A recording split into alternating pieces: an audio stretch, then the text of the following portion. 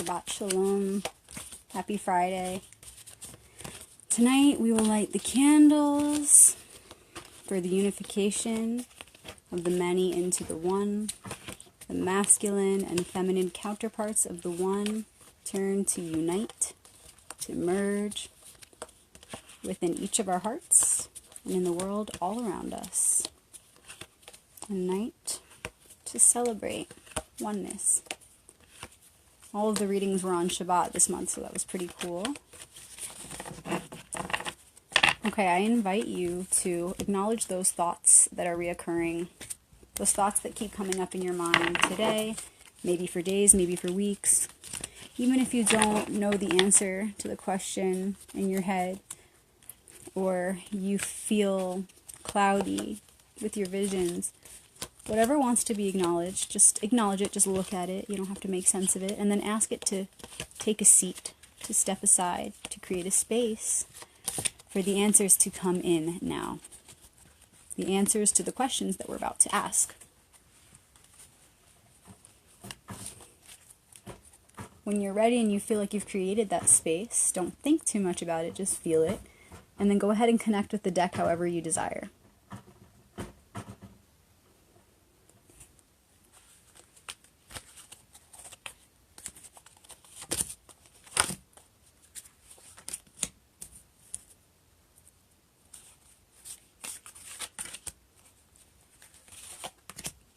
Okay. Ace of Cups. We're stepping out of an initiation of the heart. We've just gone through a heart opening, an experience of the expression of unconditional love, maybe in receiving it or giving it. Everything has been lessons of the heart lately. Softening, opening, understanding our heart, who we are in the center of our hearts, and what our desires are from that space. We're stepping into some more cups here. The future is the Knight of Cups, and it's acting on our hearts. So this is going to be more toward the next cycle. This is kind of a little preview of what's to come. There's going to come a time for us to really express the truth of our heart in a way like we never have before. Each moment is truly new. Right now, we have another ace. We have an ace, and a knight so far. We have the Ace of Swords. Right now, from this place of a full heart, we're getting in touch with our truth. And we're connecting to the raw power of this air element.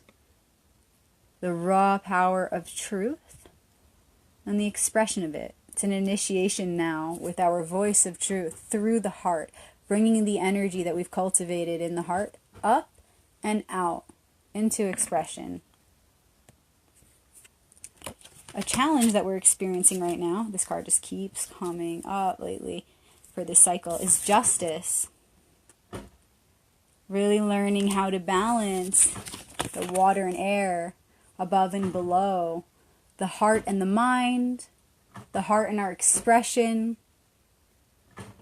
Learning how to balance being in our heart and also expressing it. When is a time for just being in it, and when is a time for acting on it? These are just a couple of the ways that we're going through these lessons of the archetype of the Justice card.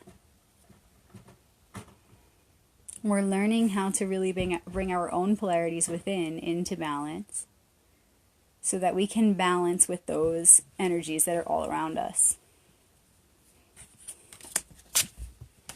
Woo. The card that wants to be remembered as we move through this process of rebalancing, these challenges that ultimately bring us gifts,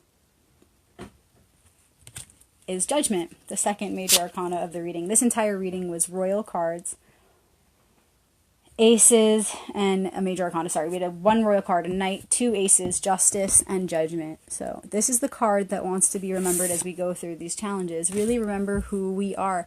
Remember that only God can judge, yes.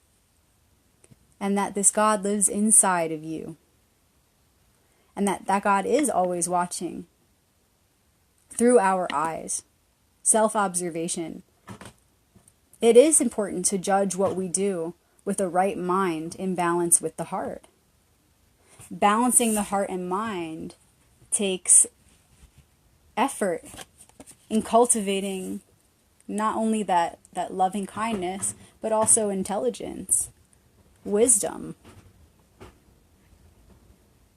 So how can we judge our thoughts and our words and our actions from a perspective of a loving mother and a loving father? A loving mother and a caring father. Wise parents.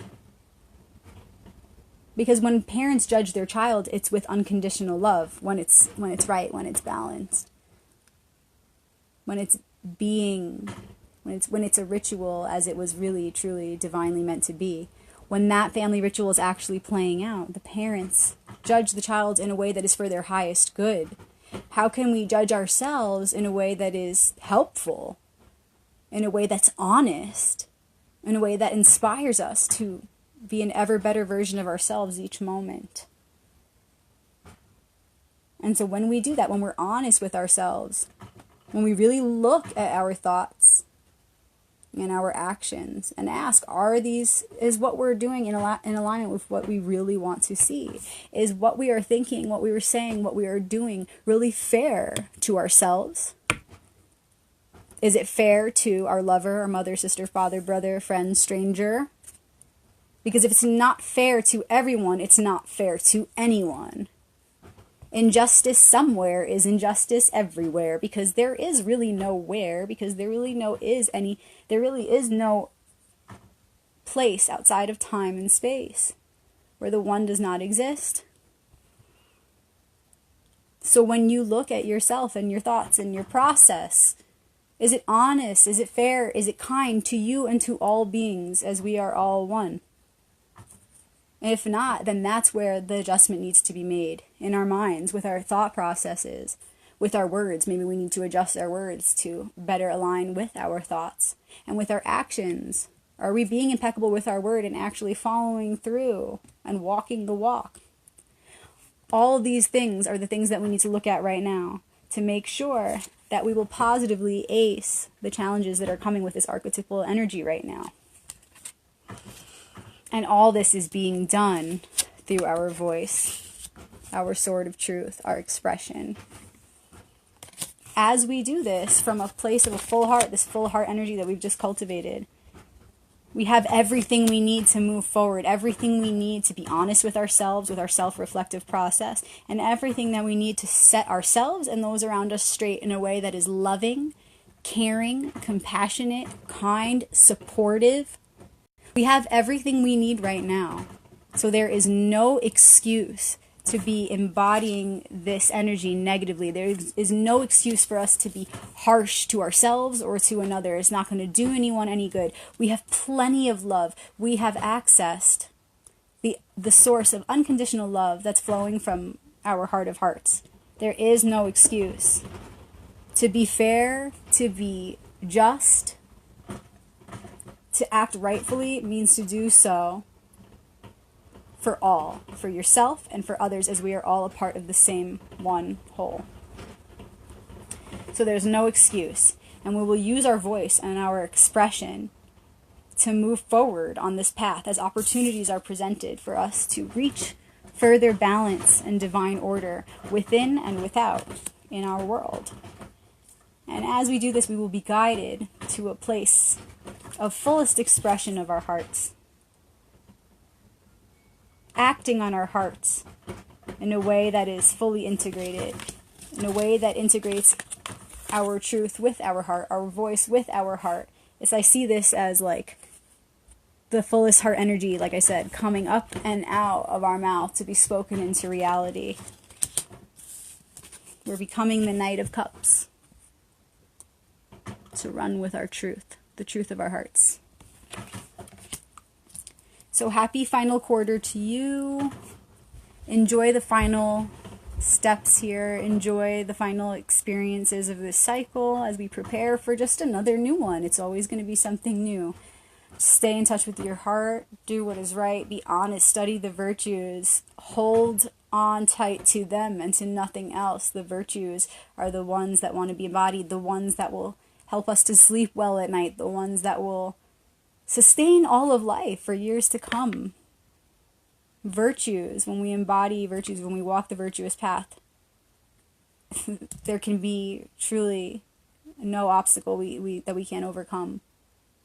There's really nothing to fear, no doubt necessary on that path. So that's the message that comes from the combination of these cards that I see in front of me with 2 major arcana, 2 aces, and this Knight of Cups. We've been initiated. We are still in the initiation right now. Soon to step out on the other side and really act on what we've learned. But right now we're still deep in this initiation. It's important to just really watch our thoughts, our words, and actions and adjust them when necessary, so that when the time comes to act on our heart and show what we've learned, we're doing it from a place of true balance. 9 is also completion, an ending, so that we can begin anew. So enjoy the final parts of this cycle, and I'll see you all on the new moon.